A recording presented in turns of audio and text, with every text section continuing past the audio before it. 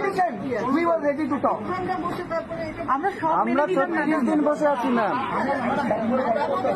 আমরা 36 দিন বসে আছি। আমরা নিজেদের 5 দফা দাবি নিয়ে ডিসকাস করতে এসেছিলাম ম্যাডাম। ম্যাডাম নিজে এসেছেন অনেকক্ষণ আগে। আমরা তাহলে এখানে বসে থাকছি না।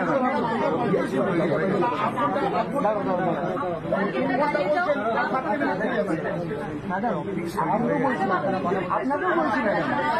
ঠিক আছে, আমরা বসে থাকছি তাহলে।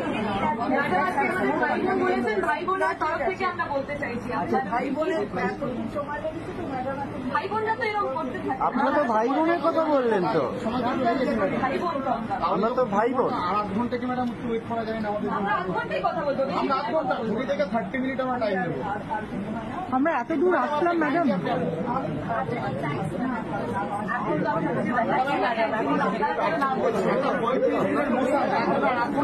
আলোচনা চাই না। আমাদের মুখের ওপর ওনারা গাড়ি নিয়ে বেরিয়ে চলে গেলে বললেন বাস থেকে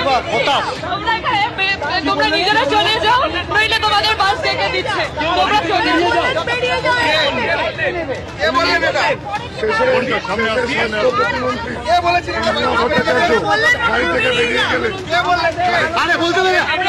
স্বাস্থ্য প্রতিমন্ত্রী চন্দ্রিমা ভট্টাচার্য গাড়িতে করে বেরিয়ে গেলেন এবং আমাদেরকে বললেন যে তোমাদের আর এখানে দাঁড়িয়ে থেকে কোনো লাভ নেই, অনেক সময় পেরিয়ে গেছে, তোমরা বাসে যাও, নাহলে ভেতরে এসো, নাহলে বাসে যাও।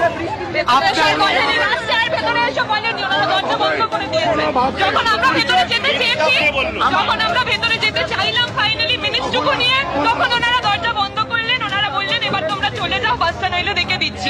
এইটুকুই আমার একটাই প্রশ্ন, মমতা বন্দ্যোপাধ্যায় আপনাদেরও মুখ্যমন্ত্রী, আমাদেরও মুখ্যমন্ত্রী, সেই আশাতেই আমরা এখানে এসেছি, সেই আশাতেই সেই জন্যই ম্যাডামের রেসপেক্টটা রেখে আমরা সবকিছু